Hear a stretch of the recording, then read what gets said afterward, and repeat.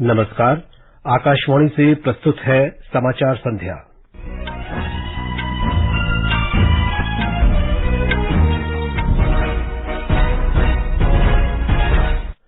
भारत ने अमेरिका में क्वाड नेताओं के शिखर सम्मेलन में वैश्विक वृद्धि, शांति और सुरक्षा पर अपना दृष्टिकोण रखा।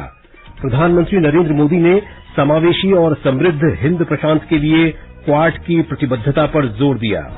प्रधानमंत्री मोदी आज रात उन्नत प्रौद्योगिकी में सहयोग को बढ़ावा देने के लिए प्रमुख अमेरिकी कंपनियों के मुख्य कार्यकारी अधिकारियों के साथ मुलाकात करेंगे। नेशनल पीपुल्स पावर के नेता अनुराग कुमारा दिसानायके ने श्रीलंका में राष्ट्रपति चुनाव जीता। ईरान के खुरासान प्रांत में एक कोयला खदान में हुए गैस विस्फोट में कम से कम 51 लोगों की मौत। और भारत ने हंगरी में शतरंज ओलंपियाड में 2 स्वर्ण पदक जीतकर इतिहास रचा। समाचार संध्या के साथ मैं विशाल शर्मा। भारत ने अमेरिका के डेलावेयर में क्वाड नेताओं के शिखर सम्मेलन में वैश्विक वृद्धि, शांति और सुरक्षा पर अपना दृष्टिकोण रखा है। सम्मेलन को संबोधित करते हुए प्रधानमंत्री नरेंद्र मोदी ने मुक्त, समावेशी और समृद्ध हिंद प्रशांत क्षेत्र के प्रति क्वाड की प्रतिबद्धता पर जोर दिया। उन्होंने कहा कि क्वाड नियम आधारित अंतर्राष्ट्रीय व्यवस्था, शांति और स्थिरता का समर्थन करता है और साथ ही स्वास्थ्य, प्रौद्योगिकी और जलवायु परिवर्तन के मुद्दों पर नए प्रयासों को बढ़ावा देता है। हमारी बैठक ऐसे समय हो रही है जब विश्व तनावों और संघर्षों से घिरा हुआ है। ऐसे में साझा डेमोक्रेटिक वैल्यूज के आधार पर क्वाड का मिलकर साथ चलना पूरी मानवता के लिए बहुत ही महत्वपूर्ण है। हम सभी एक रूल्स बेस्ड इंटरनेशनल ऑर्डर, संप्रभुता और क्षेत्रीय अखंडता के सम्मान और सभी मसलों के शांतिपूर्ण ढंग से हल निकालने का समर्थन करते हैं। और ब्यौरा हमारी संवाददाता से। अमेरिका में प्रधानमंत्री नरेंद्र मोदी ने अमेरिकी राष्ट्रपति, जापान के प्रधानमंत्री और ऑस्ट्रेलियाई प्रधानमंत्री के साथ छठे क्वाड शिखर सम्मेलन का सफलतापूर्वक समापन किया है। प्रधानमंत्री मोदी के शब्दों में साझा लोकतांत्रिक लोकाचार के साथ क्वाड भागीदारों का एक साथ आना मानवता के लिए महत्वपूर्ण है। एक स्वतंत्र, खुला, समावेशी और समृद्ध हिंद प्रशांत क्वाड भागीदारों का एक साझा उद्देश्य रहा है। प्रधानमंत्री मोदी ने कहा कि Quad is here to stay, to assist, to partner and to complement.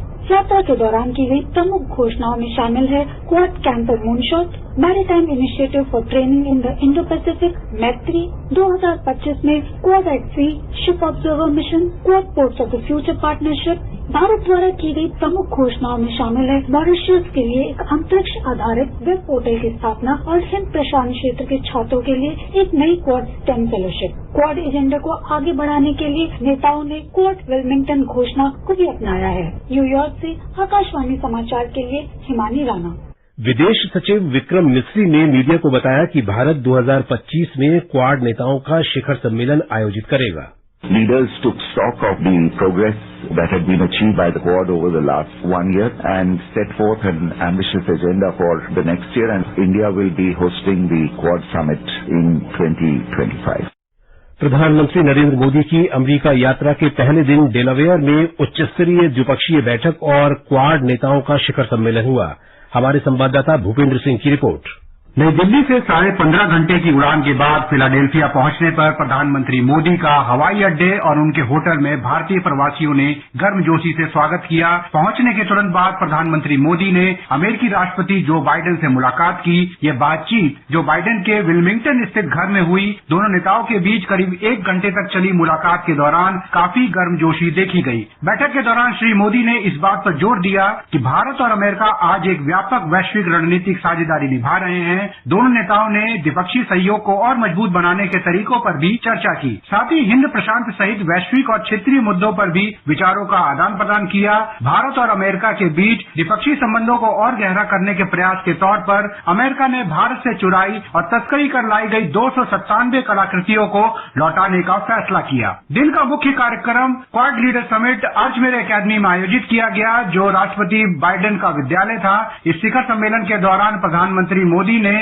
Hind प्रशांत क्षेत्र में विकास और आपसी सहयोग को बढ़ावा देने के लिए भारत के सहयोगात्मक दृष्टिकोण पर जोर दिया। अपने भाषण में प्रधानमंत्री मोदी ने कहा कि इस समय दुनिया तनाव और संघर्ष से जूझ रही है और ऐसी विषम परिस्थितियों में साझा लोकतांत्रिक विचारों और मूल्यों के साथ क्वाड में भागीदार देशों का एक साथ एक मंच पर आना मानवता के लिए महत्वपूर्ण है। उन्होंने क्वाड को क्विक यूनिफाइड असिस्टेंस डिलीवरी कहा। उन्होंने कहा कि क्वाड एक ऐसी साझेदारी है जो मानवता के लिए महत्वपूर्ण भूमिका निभाते हुए लंबे समय तक बनी रहेगी। प्रधानमंत्री मोदी की अमेरिकी यात्रा का पहला दिन राष्ट्रपति बाइडेन द्वारा आयोजित रात्रि भोज के साथ समाप्त हुआ।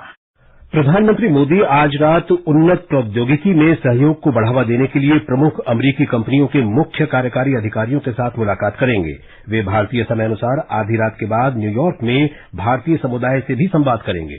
श्री मोदी एक बेहतर कल के लिए बहुपक्षीय समाधान विषय पर कल संयुक्त राष्ट्र महासभा में समिट ऑफ द फ्यूचर को संबोधित करेंगे और वैश्विक नेताओं के साथ वार्ता करेंगे। श्री मोदी शिखर सम्मेलन से अलग वैश्विक नेताओं के साथ अंतर्राष्ट्रीय और क्षेत्रीय मुद्दों पर द्विपक्षीय बैठकें भी करेंगे। वाणिज्य और उद्योग मंत्री पीयूष गोयल 19वीं भारत ऑस्ट्रेलिया संयुक्त मंत्रिस्तरीय आयोग की बैठक में भाग लेने के लिए कल ऑस्ट्रेलिया रवाना होंगे। श्री गोयल ऑस्ट्रेलिया के व्यापार और पर्यटन मंत्री डॉन फैरल के साथ बुधवार को बैठक की सह अध्यक्षता करेंगे। बैठक के दौरान दोनों देश द्विपक्षीय आर्थिक संबंधों को बढ़ाने के तौर तरीकों पर विचार विमर्श करेंगे। ये समाचार हमारी वेबसाइट www.newsonair.gov.in और हमारे न्यूज ऑन एआईआर ऐप पर भी उपलब्ध हैं। छोटे किसानों की शक्ति, कोऑपरेटिव की शक्ति और भारतीय नस्लीय पशुओं की शक्ति मिलकर एक अलग ही ताकत बनती है। इस ताकत को बढ़ाने और डेयरी के विकास में जुटे पशुपालकों, तकनीशियनों व डेयरी सहकारी समितियों को प्रोत्साहित करने के उद्देश्य से पशुपालन एवं डेयरी विभाग दे रहा है राष्ट्रीय गोपाल रत्न अवार्ड, जिसमें इस बार से पूर्वोत्तर क्षेत्र को भी शामिल किया जा रहा है। आवेदन के लिए awards.gov.in पर जाएं या अपने नजदीकी कॉमन सर्विस सेंटर, पशु चिकित्सालय या पशुपालन और डेयरी विभाग से संपर्क करें। आवेदन 30 सितंबर 2024 तक। समाचार संध्या में आपका फिर स्वागत है। हरियाणा में चुनाव प्रचार जोरों पर है। विभिन्न राजनीतिक दलों के नेता मतदाताओं को लुभाने के लिए जनसभाएं कर रहे हैं। हरियाणा के पूर्व मुख्यमंत्री भूपिंदर सिंह हुड्डा ने सिरसा के चौटाला गांव में आज एक जनसभा को संबोधित किया। इस बीच केंद्रीय मंत्री और भाजपा के नेता मनोहर लाल ने आज जगाधरी में प्रबुद्ध सम्मेलन में भागीदारी की। हरियाणा के मुख्य चुनाव अधिकारी पंकज अग्रवाल ने बताया कि आदर्श आचार संहिता के उल्लंघन की सी विजिल ऐप पर मिली शिकायतों का समाधान 100 मिनट के भीतर किया जा रहा है। इस ऐप पर सबूत के तौर पर ऑडियो, वीडियो और फोटो भेजे जा सकते हैं। इधर भारतीय जनता पार्टी ने आज दिल्ली में लोकनायक जयप्रकाश अस्पताल के समीप स्थित स्लम बस्ती में सदस्यता अभियान चलाया। इस दौरान भाजपा अल्पसंख्यक मोर्चा के अध्यक्ष अनीश अब्बासी और दिल्ली हज कमेटी की चेयरपर्सन सुश्री कौसर ने पार्टी की पहली बार सदस्य बने स्थानीय लोगों का आभार प्रकट किया।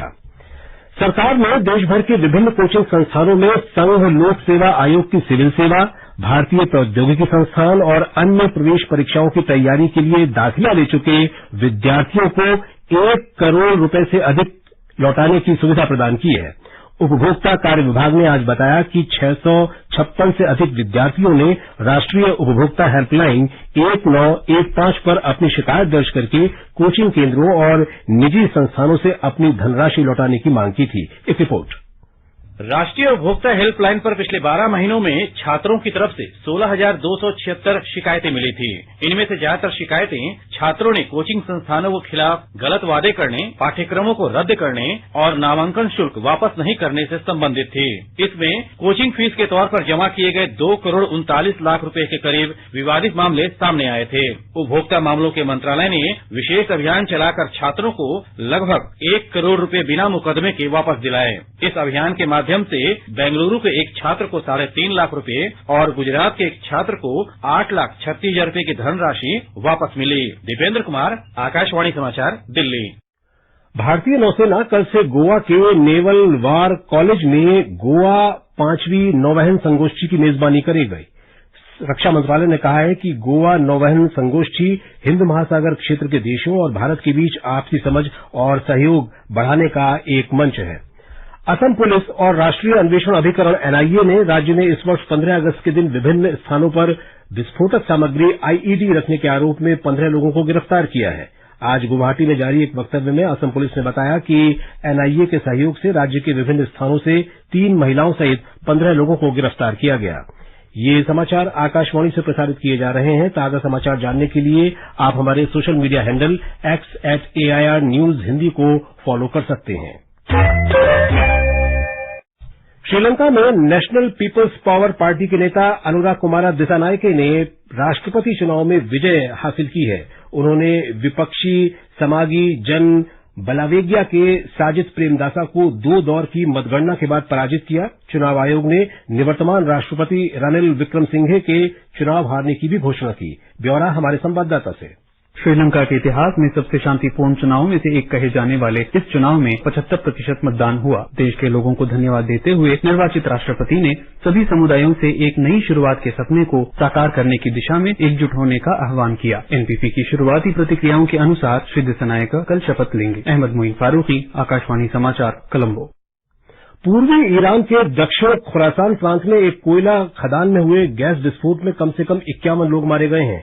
सरकारी मीडिया के अनुसार कल स्थानीय समय अनुसार रात 9 बजे तबास में मीथेन गैस के रिसाव के कारण मदंजू खदान में यह विस्फोट हुआ। विस्फोट के समय खदान के 2 ब्लॉक में 69 श्रमिक थे। इस विस्फोट में 20 से अधिक श्रमिक घायल हुए हैं। भारत ने हंगरी के बुडापेस्ट में शतरंज ओलंपियाड 2024 में ऐतिहासिक दोहरे स्वर्ण पदक जीते हैं। पुरुष और महिला दोनों टीमें शीर्ष पर रहीं। ब्यौरे के साथ है दिव्या तोमर। सुविलेज पर अर्जुन एरिगेसी की जीत के बाद भारत की पहली खिताबी जीत सुनिश्चित हुई। उसी समय दूसरे स्थान पर मौजूद चीन ने संयुक्त राज्य अमेरिका के खिलाफ महत्वपूर्ण अंक गंवाए और भारत ने आधिकारिक तौर पर खिताब जीत लिया। ओपन वर्ग के लिए भारतीय टीम में गुकेश डी, प्रज्ञानंद आर, अर्जुन एरिगेसी, विदित गुजराती, पेंटाला हरिकृष्णा और श्रीनाथ नारायणन शामिल थे।